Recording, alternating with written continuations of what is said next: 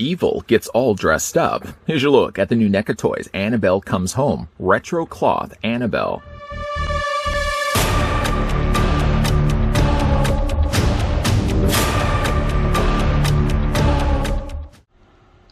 Determined to keep Annabelle from wreaking more havoc, demonologists Ed and Lorraine Warren bring the possessed doll to the locked artifacts room in their home, placing her safely behind sacred glass and enlisting a priest's holy blessing.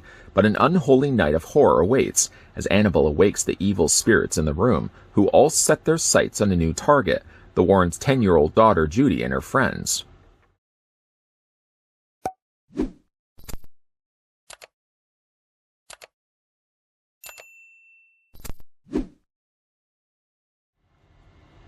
Before we start this review on something rather unholy, the first thing we're going to do, very quietly, we're going to figure out how tall retro cloth Annabelle stands, and then we're going to run for it.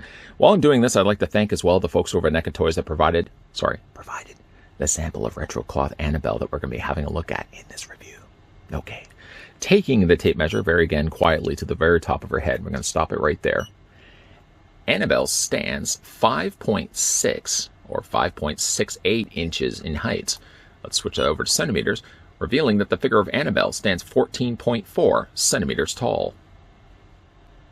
And seeing technically as we have gotten an Annabelle from NECA before, we're just going to move over retro cloth Annabelle, hopefully get her to stand. She does have a little bit of difficulty getting to stand properly. We can also bring in the ultimate Annabelle. I don't know if you would technically call her ultimate Annabelle, but it certainly was Annabelle that we did get before from NECA Toys. I guess you really would say it was an ultimate Annabelle because she came with some swappable heads. Came with, of course, her chair, and came included with that glass enclosure case, which sadly, unfortunately, for retro cloth release Annabelle, she doesn't come included with the cabinet, or she doesn't come included with the chair either. Funny enough, even though the figure doesn't come included with the chair, NECA includes this overlaid piece, which is just the top part of the chair. When she's still inside her plastic prison, this sits just behind the figure like this, and gives you the idea that she's sitting on a chair when she's technically not. I guess really, you wouldn't have to throw this away. If you wanted to display the figure on your shelf, you could find a way just to attach this maybe on the shelf behind, just against the wall like that. And kind of give her an idea that she's sitting, even though technically, yes, she would be standing. She doesn't really have anything that really sit on top. I might even try to see if I can find a little small doll chair, something that would be scaled appropriately to Annabelle. So at the very least, if I didn't want to use this little overlaid sheet, then yeah, I could probably find myself a little small doll chair and have this figure displayed on that instead of having her stand. I suppose then the swappable head sculpt ends up being the sole accessory to come include with Annabelle. I said sole. Looking at the detailing done to the more tarnished looking face, you can see that this one has the crack that's on the chin, a noticeable area that's missing on the nose area, and of course there's that visible crack that goes across the one eyeball. Of course, for a comparison, it would be best to bring in the other head sculpt so you can see the difference between the two. Short of the few things I just finished mentioning, the cracks on the chin and some of the little tarnished areas, I don't think the head sculpt is different at all. I think more so it's just the paint. Preferring this head sculpt, I find, of the two. I mean, there's nothing really wrong necessarily with this portrait, but I find by adding the wash of the black and then by having all those little damaged parts to her face, it definitely does make Annabelle a lot creepier, and the best way I would want to display the figure. To remove the head sculpt, all you're going to do is just grab the torso, pop the head off, on a very easy to free ball peg, I might also say, then take the damaged head sculpt and just pop that back into place like that. Again, just to bring the other one back in, just in case you missed it. There's the difference between the two. It's just more preference than anything else. If you like the cleaner looking head sculpt, by all means, go with this one. But of the two, I would much rather go with this head sculpt, and that's going to be the way I'm going to display the figure on my shelf. Looking at the rest of the figure, now in this case, her dress is a real fabric outfit. While that may seem strange for me to say that, comparing it to the Ultimate release, the Ultimate Annabelle, while she did have the lower half at least of fabric, the top half were still molded in plastic, so her sleeves and the top of her torso were all just molded in plastic. I feel in a case like this, and I had a similar opinion when we had a look at the Pennywise, for example, the retro cloth Pennywise, I think looked better as retro cloth figures than the Ultimate releases. I find in some cases the retro cloth figures, certain characters at least, not across the board, but certain characters I find work better, lend better to the retro cloth idea. And Annabelle definitely is high on that list for me. So because of that, this is all fabric. Gone away is the plastic. She still, of course, has the retro cloth body underneath all this. In fact, I can go ahead and take the dress, just lift it up to show you what it looks like on the underneath. You can see right there, there's the slippers on the bottom of the doll's feet. One of the real problems I have with the figure is that she doesn't have a proper stability. She has flat feet, but not flat enough. There's just a little bit of texturing that they've sculpted on the under areas of her shoes that then results in the feet not being completely flat. You can kind of see that right there. But underneath it, I mean, they haven't finished at all the figure. But I mean, really, if you think about it, the doll probably would have legs like this. Probably not this showing visible articulation, but she certainly would just have bare legs, I'm guessing, probably underneath that dress. Let's just go ahead for decency and put that back down. She does have, of course, still the bow there on the side, the red belt, and the little red finish there on the top of her dress. It's been stitched rather nicely. It does have Velcro on the back, so technically if you wanted to, you can undo this and just remove the body, well, remove the dress from the body altogether. That's what Annabelle's body looks like on the underneath of the dress. I'm trying to think if they've actually used this body before. I was trying to think of like whether it was maybe Kevin from Home Alone. Of course, for a case like this, if you're going to really just be putting it underneath a fabric outfit, it doesn't have to be a male or female character. You're simply just going to be dictating what type of gender this character is going to be by the head. And of course, whatever outfit you're deciding to put over top of it. But I think like the dress is really a nicely finished piece. It looks a lot better, I feel, as a retro cloth figure. The Ultimate release, don't get me wrong, was a good looking figure. But I think seeing Annabelle in a real dress versus a molded plastic dress, I think benefits the figure a lot more, and it makes her look a little bit more movie accurate as well. Now let's look at Annabelle's articulation. Being that her head sits on that ball peg after all, it then allows the head to rotate all the way around.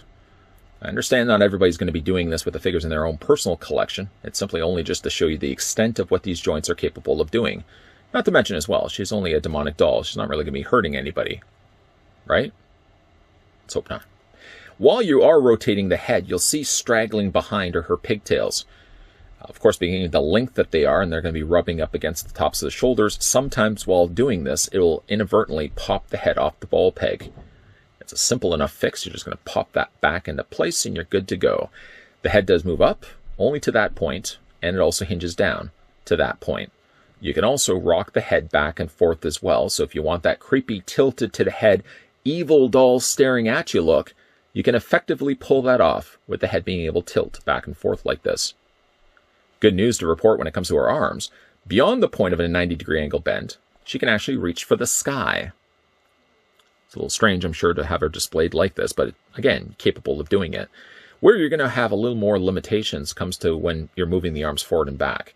You can get them fine and good to about there, but the further, of course, you're rotating those arms all the way around, the fabric is going to start wrapping around the shoulders, and it's going to cause more tighter circumstances for the joints inside. So we'll only maybe want to move the arms forward this much and back this much. She does have a swivel at the bicep. She does have a hinge in the elbow, which seems to be a double hinge. And then she does have hand rotations, of course, back and forth. Because this seems to be using an older retro cloth body, she doesn't have an upper torso ball joint. However, though, she does have a lower waist swivel. For the legs, sorry again, Annabelle, I'm just going to lift the dress up here to show you what it looks like underneath. She can effectively pull off a full splits, and you can also move the legs forward and back fine and good. She has a swivel at the top cut of the thigh, basically where that's attached to the ball peg. She does have a single hinge on the knee, and then she does have just only a single hinge in the ankle. No ankle pivot happening with this figure release. A good looking figure, I mean, really, the only issue I have really is the bottom of her feet. The feet aren't completely flat. At least she does have peg holes in the undersides of those little booties of hers. So if you want to make use of a NECA display stand, I probably would recommend using a display stand for a case like this. Because the feet not being flat like this, she will have a little bit of difficulty when it comes to her standing upright. So I'm probably going to display her with a display stand. The figure doesn't have a lot in the way of the accessories. I'm just putting it over here for the time being. I wanted to also bring in, again, the Ultimate Release Annabelle. Something we didn't introduce earlier into this review. You remember that the Ultimate Release Annabelle also came included with the cabinet. The lifter, of course, that allowed the cabinet to be higher up off the shelf. And she also came included with the chair. Retro Cloth Annabelle sadly doesn't come included with this. I can certainly understand why. I mean, the cost of producing the figure, it would have been a lot more to then produce a larger scale cabinet and a chair. If anything, maybe a chair could have been included, but I think the figure makes up for it for being a little bit more screen accurate. Not only in the head that comes included with the figure, but the fact that she does actually have a real dress. Something you come to expect with retro cloth figures. Real clothing definitely benefits Annabelle a lot more than her Ultimate Release we got before. Yes, while retro cloth Annabelle may not have the bells, the whistles, or especially the accessories that the Ultimate Annabelle had before, I feel like you get a better looking Annabelle, something a little bit closer to the way that she resembles in the movie. It also helps to her credit that she has a real fabric dress from head to toe.